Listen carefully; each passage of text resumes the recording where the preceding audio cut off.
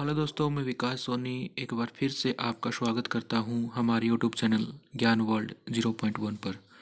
दोस्तों, इस वीडियो में हम डिस्कस करेंगे कुछ महत्वपूर्ण प्रश्न जो कि आईसीटी पोर्शन से रिलेटेड है। ये कंप्यूटर के सेक्शन से आपके लिए काफ़ी महत्वपूर्ण रहने वाले हैं और लगभग 15 नंबर के आसपास जो है इस पोर्शन में से क्वेश्चन पूछे जाएंगे। इस वीडियो में मैंने कुछ इंपॉर्टेंट क्वेश्चंस पुट किए हैं जो कि आपके लिए काफ़ी फ़ायदेमंद रहने वाले हैं, तो ध्यान से इस वीडियो को बिना स्किप किए देखिएगा और इन प्रश्नों को अच्छे से समझिएगा। हो सके तो इनके नोट्स भी बना लीजिएगा। तो आइए दोस्तों, वीडियो को शुरू करते हैं और हमारा जो प्रथम या फर्स्ट क्वेश्चन है उसके ऊपर डिस्कस करते हैं। हमारा जो फर्स्ट क्वेश्चन है वो है, प्रथम पीढ़ी के कंप्यूटर्स में डैश का उपयोग करके प्रोग्रामिंग की जाती थी। तो जैसे कि आप सभी को पता है, जो कंप्यूटर का विकास हुआ है वो अलग अलग जनरेशन में हुआ है। ठीक है, उसी के आधार पर इसको बोला जाता है प्रथम पीढ़ी या फर्स्ट जनरेशन, सेकंड जनरेशन या थर्ड जनरेशन, जैसे कि आजकल चले हुए हैं 5 जनरेशन और 4 जनरेशन के कंप्यूटर्स। तो इसी प्रकार से बात हो रही है, जब स्टार्टिंग में कंप्यूटर का विकास हुआ था और इसकी जो फर्स्ट जनरेशन के कंप्यूटर स्टार्ट हुए थे, तो उस समय पर जो प्रोग्रामिंग की जाती थी वो किस प्रकार से की जाती थी। ऑप्शन है असेंबली लैंग्वेज के माध्यम से, मशीनी लैंग्वेज के माध्यम से, सोर्स कार्ड के माध्यम से या ऑब्जेक्ट कोड से की जाती थी। तो इसका जो करेक्ट और राइट आंसर रहेगा वो रहेगा आपका मशीनी लैंग्वेज। ठीक है, मशीनी लैंग्वेज के माध्यम से जो है मशीनी लैंग्वेज के माध्यम से जो है इसकी प्रोग्रामिंग की जाती थी फर्स्ट जनरेशन कंप्यूटर्स के अंदर। नेक्स्ट हमारा जो प्रश्न रहेगा वो रहेगा, चतुर्थ पीढ़ी के कंप्यूटरों की गति किस में मापी जाती थी। तो जो चतुर्थ पीढ़ी के जो कंप्यूटर थे उनकी गति किस प्रकार से मापी जाती थी। मिली सेकेंड में मापी जाती थी, पिको सेकंड में मापी जाती थी, नैनो सेकंड में मापी जाती है या माइक्रो सेकंड में मापी जाती है। मतलब कि आजकल जो चले हुए हैं 4 जनरेशन के जो कंप्यूटर है उनकी स्पीड कैसे मापी जाती है, तो उनकी स्पीड मापने के लिए यूज़ किया जाता है सेकंड को। ठीक है, पिको सेकंड होता क्या है, सेकंड का जो हमारी कोई भी मतलब टाइम के जो यूनिट होती है सेकंड, उस सेकंड का 10 लाखवें हिस्से का 10 लाखवां हिस्सा जो है पिको सेकंड कहलाता है। तो जो 4 जनरेशन के जो कंप्यूटर होते हैं उनकी जो स्पीड है, उनकी जो गति है वो मापी जाती है पिको सेकंड के द्वारा। तो यहाँ पे इसका जो करेक्ट आंसर रहेगा वो रहेगा पिको सेकंड। नेक्स्ट हमारा जो प्रश्न है वो है एमएस वर्ड को लेकर, कि एमएस वर्ड जो होता है वो किस चीज़ का उदाहरण है। ऑपरेटिंग सिस्टम का है, एप्लीकेशन सॉफ्टवेयर का है, प्रोसेसिंग डिवाइस का है या इनपुट डिवाइस का है। तो एमएस वर्ड जिस किसी ने भी कंप्यूटर यूज़ किया है तो उन सभी को पता होगा कि एमएस वर्ड जो है उसके अंदर क्या होता है। तो ऑपरेटिंग सिस्टम होता है, एप्लीकेशन सॉफ्टवेयर होता है या फिर प्रोसेसिंग डिवाइस होता है या फिर इनपुट डिवाइस होता है। तो इसका करेक्ट आंसर रहेगा, जो एमएस वर्ड जो होता है वो होता है application system, application software. MS word को बोलते हैं एप्लीकेशन सॉफ्टवेयर। तो इसका करेक्ट आंसर रहेगा एप्लीकेशन सॉफ्टवेयर। नेक्स्ट है पेटीएम ऐप, जो कि सभी यूज़ करते हैं मोबाइल्स वगैरह के अंदर, पेमेंट के लेन देन के लिए हम यूज़ करते हैं इस ऐप को। तो पेटीएम ऐप जो कि भारत की मोबाइल पेमेंट ऐप है, जिसके संस्थापक कौन है। तो पेटीएम ऐप के संस्थापक कौन है, किसने इसकी स्थापना की थी, कौन इसके फाउंडर है। तो ऑप्शन है सुजीत नारायण एंड सुमित गवलानी, विजय शेखर शर्मा, समीर निगम और विपिन प्रीत सिंह। तो इसका जो करेक्ट आंसर है वो क्या रहेगा। देखिए, जो पेटीएम है, पेटीएम के जो फाउंडर है वो है विजय शेखर शर्मा। तो इसका जो करेक्ट आंसर रहेगा विजय शेखर शर्मा। तो आइए कुछ जो बाकी के ऑप्शन है उनके ऊपर भी नज़र डाल लेते हैं। तो जो इसका ए ऑप्शन है वो है सुजीत नारायणन एंड सुमित गवलानी। ये जो हमारी गूगल पे जो है उसके को फाउंडर है। ठीक है, और दोनों ही ये उसके को फाउंडर है, सुजीत नारायणन और सुमित गवलानी। और फिर समीर निगम जो हम यूज़ करते हैं फ़ोन पे के जो फाउंडर है वो कौन है, समीर निगम। फिर है हमारे जो पेमेंट एप्लीकेशन है मोबीक्विक के जो फाउंडर है वो है विपिन प्रीत सिंह। तो यहाँ इस प्रकार से जो 4 ऑप्शन है इनसे भी रिलेटेड क्वेश्चन पूछा जा सकता है कि गूगल पे के फाउंडर कौन है, या फिर फ़ोन पे के फाउंडर कौन है, या फिर आपके मोबीक्विक जो पेमेंट एप्लीकेशन है उसके फाउंडर कौन है। और ये बेसिक सी यानी कि सामान्य सी जनरल सी जो एप्लीकेशंस है जो हर किसी को के मोबाइल में होती है, हर कोई इनको यूज़ करता है। तो यहाँ से जो है क्वेश्चन आपके पेपर में बन सकता है। नेक्स्ट प्रश्न के ऊपर बात करते हैं, कौन सा सॉफ्टवेयर है कंप्यूटर के स्टार्ट होने पर कंप्यूटर प्रणाली का नियंत्रण करता है। तो ऐसा कौन सा सॉफ्टवेयर होता है, जैसे हम कंप्यूटर को स्टार्ट करते हैं तो कंप्यूटर की जो प्रोसेस है उसके ऊपर कंट्रोल करना शुरू करता है, तो उस सॉफ्टवेयर को बोलते क्या है। कंपाइलर बोलते हैं, एप्लीकेशन सॉफ्टवेयर बोलते हैं, ऑपरेटिंग सिस्टम बोलते हैं या बूटिंग बोलते हैं। तो इसका जो करेक्ट आंसर रहेगा वो रहेगा ऑपरेटिंग सिस्टम। ऑपरेटिंग सिस्टम यानी कि जैसे कि विंडो ऑपरेटिंग सिस्टम आपने सुना होगा। तो जैसे हम ऑन करते हैं हम हमारे कंप्यूटर को, तो उसके अंदर जो भी प्रोसेसिंग होती है उसको, उस प्रणाली को, उस प्रोसेस को कंट्रोल करने का काम कौन करता है, ऑपरेटिंग सिस्टम। तो इसका जो करेक्ट आंसर रहेगा ऑपरेटिंग सिस्टम। नेक्स्ट है GUI का पूर्ण रूप क्या है। GUI इसकी फुल फॉर्म क्या है, इसको क्या बोलते हैं, ग्राफिक यूजर इंटरफेस बोलते हैं, या ग्राफिकल यूजर इंटरफेस बोलते हैं, या ग्रेट यूजर इंटरफेस बोलते हैं, या नन ऑफ द अबव। तो इसका जो करेक्ट आंसर रहेगा वो रहेगा GUI का पूर्ण रूप है ग्राफिकल यूजर इंटरफेस। GUI होता है graphical interface, graphical user interface, ये इसकी फुल फॉर्म है। नेक्स्ट है, यूज़र डॉक्यूमेंट को जो नाम देता है उसे क्या कहते हैं। जैसे हम कोई भी डॉक्यूमेंट तैयार करते हैं कंप्यूटर के अंदर, किसी भी प्रकार की फाइल को तैयार करते हैं तो उसको क्या नाम दिया जाता है, जो नाम दिया जाता है उसको क्या बोलते हैं, डॉक्यूमेंट नेम बोलते हैं, फाइल नेम बोलते हैं, नेम गिवन बोलते हैं, या डॉक्यूमेंट आइडेंटिटी बोलते हैं। तो इसका जो करेक्ट आंसर रहेगा उसे क्या बोलते हैं, फाइल नेम बोलते हैं। जो भी हम तैयार करते हैं उसको जो नाम देते हैं उसे हम क्या बोलते हैं, फाइल नेम। ठीक है, डॉक्यूमेंट नेम नहीं आएगा इसका। तो इसका जो करेक्ट आंसर रहेगा वो रहेगा फाइल नेम।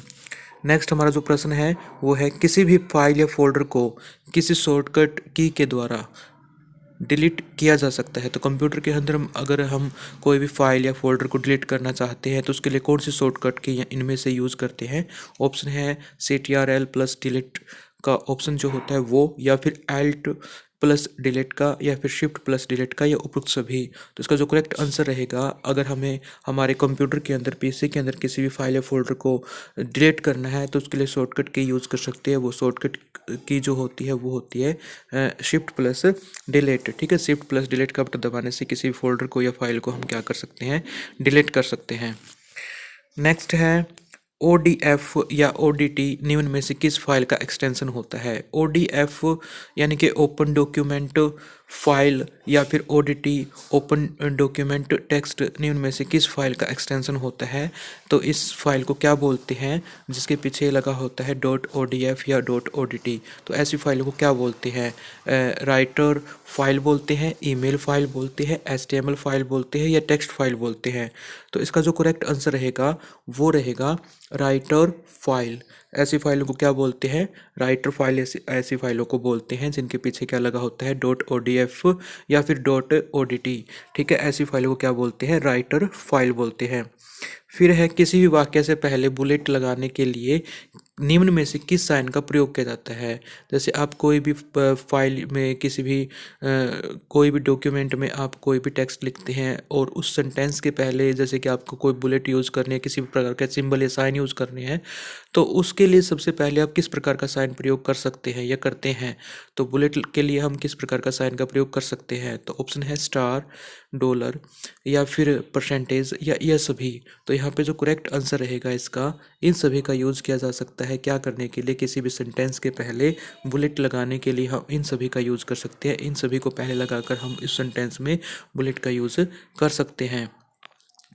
नेक्स्ट हमारा प्रश्न है, स्प्रेडशीट में डाटा को ढूंढना कहलाता है। जैसे ही स्प्रेडशीट जो कि हम यूज़ करते हैं एक्सेल वगैरह के अंदर जो होती है, जिसके अंदर कॉलम्स और रो होती है, तो उस स्प्रेडशीट में अगर हमें किसी डाटा को ढूंढना है तो उस प्रक्रिया को क्या बोलते हैं, शॉर्ट बोलते हैं, सर्च बोलते हैं, फिल्टरिंग बोलते हैं, या सभी बोलते हैं। तो इसका जो करेक्ट आंसर होगा, स्प्रेडशीट के अंदर जो भी हम डाटा को ढूंढते हैं उसे बोला जाता है फिल्टरिंग। तो इसका जो करेक्ट आंसर रहेगा वो रहेगा फिल्टरिंग। नेक्स्ट हमारा जो प्रश्न है वो है, निम्न में से कौन सा प्रेजेंटेशन ग्राफिक सॉफ्टवेयर नहीं है, यानी कि प्रेजेंटेशन किसमें तैयार नहीं की जाती है। तो ऐसा कौन सा सॉफ्टवेयर है जिसमें प्रेजेंटेशन ग्राफिक्स नहीं होते। तो ऑप्शन है, देखिए कुछ सॉफ्टवेयर दिए गए हैं, MS पावर पॉइंट है, एडोब रीडर है, और लिब्रे ऑफिस इम्प्रेस है, और के प्रेजेंटर है। तो जैसे कि आप सभी को पता भी होगा और आप अपने मोबाइल में यूज़ भी करते होंगे, एडोब रीडर जो होता है ना, PDF रीडर होता है। ठीक है, बाकी जो सॉफ्टवेयर है वो सारे के सारे क्या बच गए, प्रेजेंटेशन ग्राफिक्स ग्राफिक्स बच गए जिसमें प्रेजेंटेशन का काम किया जाता है। ठीक है, तो MS पावर पॉइंट है और लिब्रे ऑफिस इम्प्रेस है और के प्रेजेंटेशन है। ये तीनों की तीन क्या है, प्रेजेंटेशन वाले ग्राफिक्स वाले जो है सॉफ्टवेयर होते हैं, जिनके अंदर आप किसी भी प्रकार के वीडियो या स्लाइड्स वगैरह लगाकर जो है अपने वीडियो बना सकते हैं। लेकिन जो एडोब रीडर है, इसमें आप सिर्फ क्या कर सकते हो, PDF वगैरह रीड कर सकते हो। तो एडोब रीडर जो है यहाँ पे आपका करेक्ट आंसर हो जाएगा। ये प्रेजेंटेशन ग्राफिक सॉफ्टवेयर नहीं है। नेक्स्ट है किसी भी प्रेजेंटेशन प्रत्येक पेज कहलाता है, यानी किसी भी प्रेजेंटेशन के अंदर जो हम पेज यूज़ करते हैं, जिसके अंदर हम कोई भी हमारा मैटर जो है लिखते हैं या फिर किसी प्रकार के वीडियो का कोई भी सिंबल वगैरह लोगो वगैरह यूज़ करते हैं, तो उस प्रेजेंटेशन वाले उस पेज को क्या बोलते हैं? तो वेब पेज बोलते हैं, स्लाइड बोलते हैं, ई स्लाइड बोलते हैं या ई पेज बोलते हैं। तो प्रेजेंटेशन के अंदर जो पेज होता है, मेन पेज जो होता है जिसके ऊपर हम हमारा मैटर लिखते हैं, काम करते हैं, उसे क्या बोलते हैं? उसे बोला जाता है स्लाइड बोला जाता है। ठीक है, प्रेजेंटेशन के प्रत्येक पेज को क्या कहते हैं? स्लाइड बोलते हैं। नेक्स्ट हमारा जो है प्रेजेंटेशन फाइल का जो एक्सटेंशन है वो क्या कहलाता है? यानी कि जो भी प्रेजेंटेशन फाइल हम सेव करते हैं हमारे मोबाइल के अंदर या फिर हमारे कंप्यूटर के अंदर तो उसका जो एक्सटेंशन जो होता है वो क्या कहलाता है? .pt बोलते हैं, .odp बोलते हैं, .ppt बोलते हैं, .pptx बोलते हैं, क्या बोलते हैं? IPP बोलते हैं। तो इसमें जो करेक्ट आंसर रहेगा ना वो रहेगा .odp या .ppt या .pptx। ठीक है, इनमें से तीनों में से कोई भी ऑप्शन में हो सकता है। तो तीनों ही किसके लिए यूज़ किए जाते हैं? प्रेजेंटेशन फाइल के एक्सटेंशन के लिए जो है ये यूज़ किए जा सकते हैं। नेक्स्ट है मेन्यू बार का प्रथम टैब कौन सा होता है? यानी कि आप किसी भी सॉफ्टवेयर के अंदर कंप्यूटर के अंदर काम कर रहे हैं, चाहे वो MS एक्सेल है, चाहे फिर आपका MS वर्ड है, नोटपैड है, तो वहाँ पे एक मेन्यू बार होता है और मेन्यू बार के अंदर जो प्रथम टैब जो दिया होता है, जहाँ पे आप क्या कर सकते हो, फाइल को ओपन कर सकते हो, सेव कर सकते हो, न्यू फाइल ओपन कर सकते हो। ठीक है, तो उस फंक्शन को हम क्या बोलते हैं? तो मेन्यू बार का जो प्रथम टैब होता है उसको क्या बोलते हैं? ऑप्शन है एडिट, फाइल, व्यू या इंसर्ट। तो इसका जो करेक्ट आंसर रहेगा वो रहेगा फाइल। ठीक है, उसको क्या बोलते हैं? प्रथम टैब को या फर्स्ट टैब को क्या बोलते हैं? फाइल बोलते हैं। इसी के अंदर आपको ऑप्शन मिलेंगे न्यू का, ओपन का और सेव का। ठीक है, किसी भी फाइल को ओपन करने के लिए, न्यू फाइल खोलने के लिए या सेव करने के लिए। एक स्लाइड से दूसरी स्लाइड में परिवर्तित होने पर प्रदर्शन के लिए दौरान विभिन्न इफेक्ट्स को क्या कहा जाता है? जैसे आपने देखा होगा कोई भी स्लाइड से हम दूसरी स्लाइड पे जाते हैं तो एक अलग स्टाइल से, एक अलग डिज़ाइन से वो दूसरी फाइल खुलती है। फिर तीसरी फाइल में जाने के लिए कुछ अलग हम उसके अंदर इनपुट कर सकते हैं जिससे वो अलग डिज़ाइन से वो है खुले। ठीक है, तो इस परिवर्तन के लिए हम उसके अंदर जो इफेक्ट्स यूज़ करते हैं उन इफेक्ट्स को हम क्या बोलते हैं? स्लाइड बोलते हैं, ट्रांजिशन बोलते हैं, स्लाइड ट्रांजिशन बोलते हैं, नन ऑफ द बोथ। तो ऐसे इफेक्ट्स को जो कि स्लाइड से दूसरी स्लाइड में जब हम खोलते हैं तो स्लाइड में जो डिज़ाइन पुट किया जाता है तो उस डिज़ाइन को क्या बोलते हैं? उस इफेक्ट को क्या बोलते हैं? उसको बोलते हैं स्लाइड ट्रांजिशन। तो इसका जो करेक्ट आंसर रहेगा वो रहेगा स्लाइड ट्रांजिशन। नेक्स्ट हमारा जो प्रश्न है, नेटवर्क को क्या कहते हैं? तो नेटवर्क को क्या बोलते हैं? सभी को पता होगा, कंप्यूटर नेटवर्क बोलते हैं, यूज नेट बोलते हैं, इंटरनेट बोलते हैं, नन ऑफ द अबव। तो इसका जो करेक्ट आंसर रहेगा, नेटवर्क को बोला जाता है इंटरनेट। ठीक है, इसका जो करेक्ट आंसर रहेगा वो रहेगा इंटरनेट। नेक्स्ट हमारा है .net।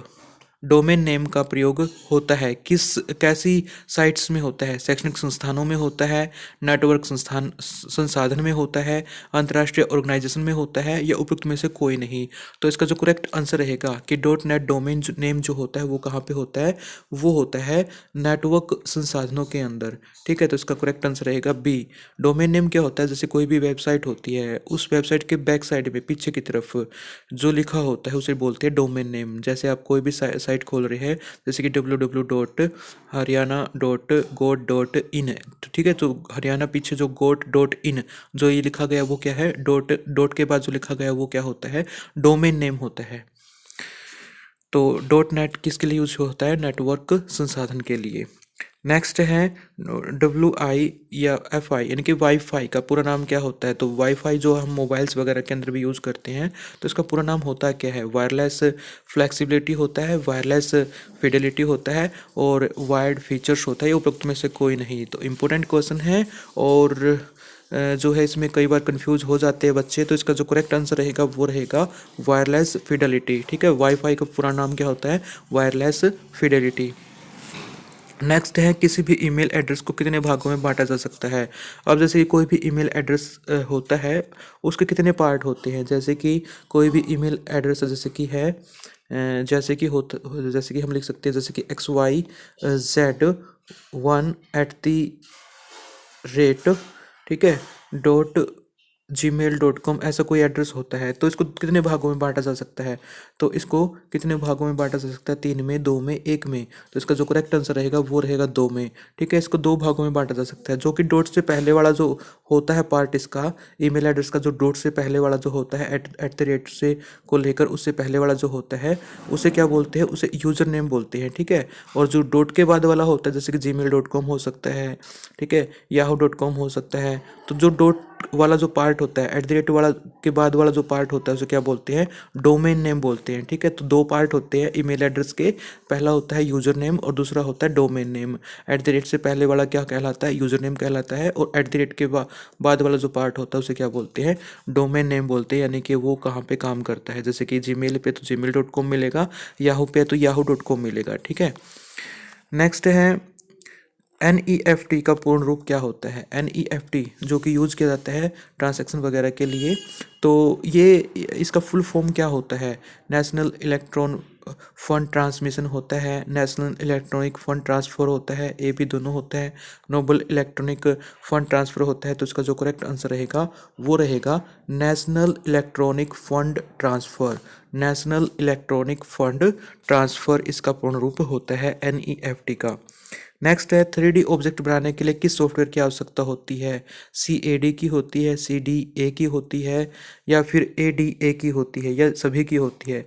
तो यहाँ पे जो 3D ऑब्जेक्ट्स हम बनाते हैं तो उनके लिए जिस सॉफ्टवेयर की आवश्यकता होती है उस सॉफ्टवेयर को बोलते हैं CAD CAD।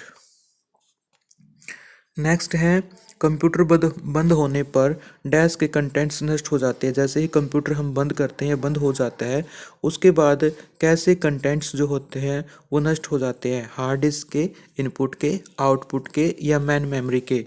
तो यहाँ पे जो है मैन मेमोरी जो होती है, मैन मेमोरी जो होती है उसके जो कंटेंट्स होते हैं, जैसे हम कंप्यूटर को बंद करते हैं वो क्या हो जाते हैं, नष्ट हो जाते हैं।